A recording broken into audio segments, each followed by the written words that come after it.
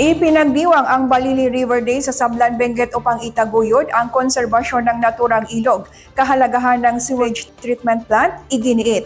May ulat si Richard Dave Abrihal.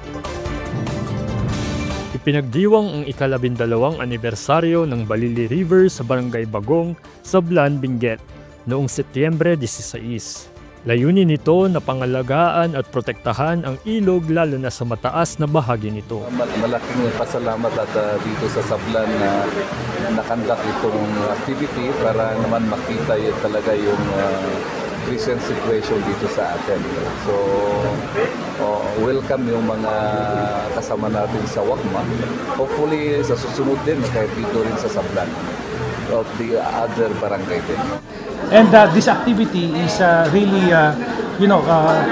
it's challenging but it's good for the municipality of Sablan. Alam niyo kung bakit? Kasi pag pinabayaan natin yung napulyot ng Baguio, napulyot ng Trinidad, baka susunod na itong Sablan. So we have to take good care of it. We have to clean the rivers to avoid the pollution also of the rivers here in the municipality of Sablan. Kasama rin sa seremonya ang pagtatanim ng kawayan ng iba't ibang ahensya tulad ng DENR, SEPMO, mga LGUs at iba pang ahensya ng gobyerno sa Baguio City at Benguet. Kalahok din ang mga estudyante galing sa University of Baguio at Benguet State University. Umaasa naman ang Environmental Management Bureau Cordillera na makakahanap ng pondo ang lokal na pamahalaan ng lungsod para sa rehabilitasyon ng sewage treatment plant ng lungsod. Ito ay upang matugunan ang suliranin sa domestic wastewater sa Baguio City.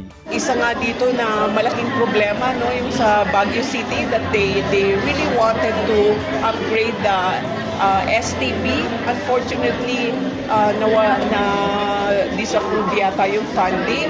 So hopefully, merong makahanap ulit sila ng funding kasi kailangan talaga. So nung sumulat nga ako dati kay Mayor, kinumpute ko yung generation ng wastewater ng kahit Baguio City pa lang, no?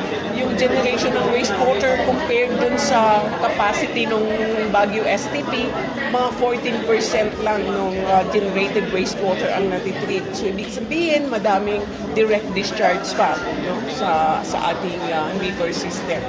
Itinakda ang September 16 bilang Balili River Day, alinsunod sa Ordinance No. 56 na inihain noong 2013. Richard Abrihal para sa PIA News, Cordillera.